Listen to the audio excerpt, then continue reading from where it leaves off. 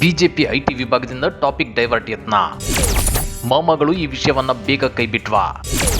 ಕಾಂಗ್ರೆಸ್ ನಾಯಕರ ಗಂಭೀರ ಆರೋಪ ಏನ್ ಗೊತ್ತಾ?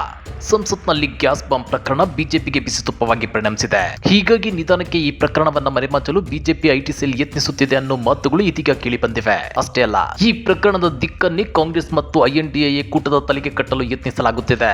ಹಾಗಾದ್ರೆ ಮಾಮಾಗಳು ಈ ವಿಷಯವನ್ನ ಬೇಗ ಕೈಬಿಟ್ವಾ? ಕಾಂಗ್ರೆಸ್ ನಾಯಕರ ಗಂಭೀರ ಆರೋಪ ಏನ್ ಗೊತ್ತಾ? ಅದನ್ನ ಡೀಟೇಲ್ ಆಗಿ ತೋರಿಸ್ತೀವಿ. ಆದ್ರೆ ಅದಕ್ಕಿಂತ ಮೊದಲು ಹಲೋ ಕನ್ನಡ ಯೂಟ್ಯೂಬ್ ಚಾನಲ್ ಅನ್ನು ಸಬ್ಸ್ಕ್ರೈಬ್ ಮಾಡ್ಕೊಳ್ಳಿ. ಹಾಗೇನೇ ಪಕ್ಕದಲ್ಲಿರೋ ಬೆಲ್ ಬಟನ್ ಅನ್ನು ಪ್ರೆಸ್ ಮಾಡಿ. ಕಳೆದ ಬುಧವಾರ ಲೋಕಸಭೆಗೆ ಇಬ್ಬರು ಯುವಕರು ನುಗ್ಗಿ ಗ್ಯಾಸ್ ಬಾಂಬ್ ಸ್ಫೋಟಿಸುವ ಮೂಲಕ ಆಕ್ರೋಶವನ್ನು ಹೊರಹಾಕಿದ್ರು. ಇದು ದೇಶದ ಅತಿದೊಡ್ಡ ಭದ್ರತಾ ಲೋಪ. ಈ ಲೋಪದಿಂದಾಗಿ ಭಾರತದೊಳಗಷ್ಟೇ ಅಲ್ಲ, ಅಂತಾರಾಷ್ಟ್ರೀಯ ಮಟ್ಟದಲ್ಲೂ ಬಿಜೆಪಿ ಸರ್ಕಾರ ಮುಜುಗರ ಎದುರಿಸುವಂತಾಗಿದೆ. ಹೀಗಾಗಿ ಈ ಘಟನೆ ನಡೆದ ಕೆಲವೇ ಗಂಟೆಗಳಲ್ಲಿ ಅಲರ್ಟ್ ಆದ ಬಿಜೆಪಿ ಐಟಿ ವಿಭಾಗ ಮತ್ತು ವಾರ್ ರೂಮ್ಗಳು ಈ ಪ್ರಕರಣವನ್ನ ಕಾಂಗ್ರೆಸ್ ಮತ್ತು ಐಎನ್ಡಿಎ ಕೂಟದ ತಲೆಗೆ ಕಟ್ಟಲು ಯತ್ನಿಸಿದ್ವು. ಬುಧವಾರದ ಈ ಘಟನೆಗೆ ಸಂಬಂಧಿಸಿದಂತೆ ಬಂಧಿತ ಮಹಿಳೆಯೊಬ್ಬಳು ಕಾಂಗ್ರೆಸ್ ಪರ ಪ್ರಚಾರ ಮಾಡುತ್ತಿರುವಂತೆ ಕಂಡುಬರುವ ಚಿತ್ರಗಳನ್ನ ಬಿಜೆಪಿ ಐಟಿ ವಿಭಾಗದ ಮುಖ್ಯಸ್ಥ ಅಮಿತ್ ಮಾಳವಿಯ ಸಾಮಾಜಿಕ ಮಾಧ್ಯಮದಲ್ಲಿ ಹಂಚಿಕೊಂಡಿದ್ರು. ಇದಕ್ಕೆ ಕಾಂಗ್ರೆಸ್ ಪ್ರಧಾನ ಕಾರ್ಯದರ್ಶಿ ಜೈರಾಮ್ ರಮೇಶ್ ಟ್ವೀಟ್ ಮಾಡಿ ತಿರುಗೇಟನ್ನ ಕೊಟ್ಟಿದ್ದಾರೆ. ಬಿಜೆಪಿ ಐಟಿ ವಿಭಾಗದ ಮುಖ್ಯಸ್ಥರು ಎರಡು ಸಂಗತಿಗಳಿಂದ ಗಮನ ಬೇರೆಡೆ ಸೆಳೆಯಲು ಯತ್ನಿಸುತ್ತಿದ್ದಾರೆ. ಮೊದಲನೆಯದಾಗಿ ಸಂಸತ್ತಿನ ಭದ್ರತೆಯಲ್ಲಿ ಲೋಪ ಬಹಳ ಗಂಭೀರವಾದ ಪ್ರಕರಣ. ಎರಡನೆಯದಾಗಿ ಆಗಂತುಕರಿಗೆ ಮೈಸೂರಿನ ಬಿಜೆಪಿ ಸಂಸದ ಪ್ರತಾಪ್ ಸಿಂಹ ಅವರು ಸಂಸತ್ತಿಗೆ ಪ್ರವೇಶಿಸಲು ನೆರವಾಗಿದ್ದಾರೆ ಅನ್ನೋದು ಅಂತೇಳಿ ಜೈರಾಮ್ ರಮೇಶ್ ಕಿಡಿಕಾರಿದ್ದಾರೆ.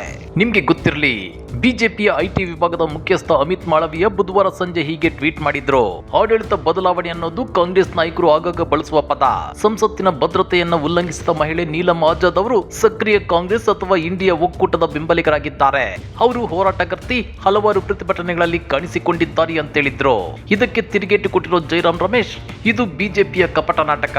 ಈ ಪ್ರಕರಣದಲ್ಲಿ ಭಾಗಿಯಾಗಿರೋ ಯಾರು ಕಾಂಗ್ರೆಸ್ ಕಾರ್ಯಕರ್ತರಲ್ಲ ಅಂತೇಳಿ ಸ್ಪಷ್ಟನೆ ಕೊಟ್ಟಿದ್ದಾರೆ. ಇನ್ನ ಬಿಜೆಪಿ ಈ ಪ್ರಕರಣವನ್ನ ಕಾಂಗ್ರೆಸ್ ಮತ್ತು ಐಎನ್ಡಿಎ ಒಕ್ಕೂಟದ ಮೇಲೆ ತಳ್ಳಿ ಹಾಕಲು ಮಾಡಿದ ಪ್ರಯತ್ನಗಳು ಒಂದೆರಡಲ್ಲ.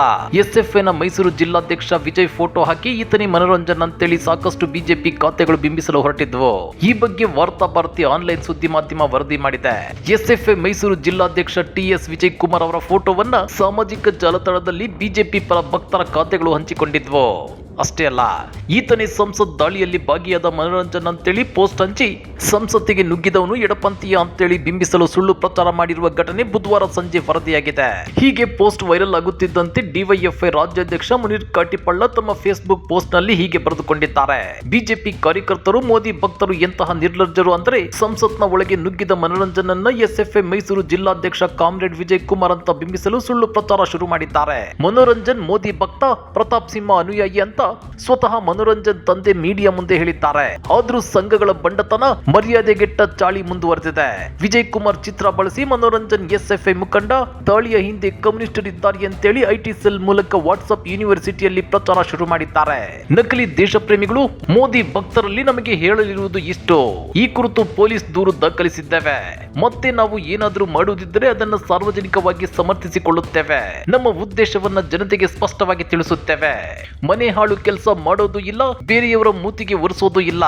ನಮ್ಮಲ್ಲಿ ಹರಿಯುತ್ತಿರೋದು ಕಾಮ್ರೇಡ್ ಭಗತ್ ಸಿಂಗ್ ರಕ್ತ, ಸಾವರ್ಕರ್ ರಕ್ತ ಅಲ್ಲ ಅಂತೇಳಿ ಕಿಡಿಕಾರಿದ್ದಾರೆ. ಹಾಗಾದ್ರೆ ಬಿಜೆಪಿ ಭಕ್ತಾದಿಗಳ ಈ ನವರಂಗಿ ನಾಟಕ ಮತ್ತು ಸುಳ್ಳು ಸುದ್ದಿಗಳನ್ನು ಹಬ್ಬಿಸಲು ಯತ್ನಿಸಿದ ರೀತಿಯ ಬಗ್ಗೆ ನೀವೇನಂತೀರಾ?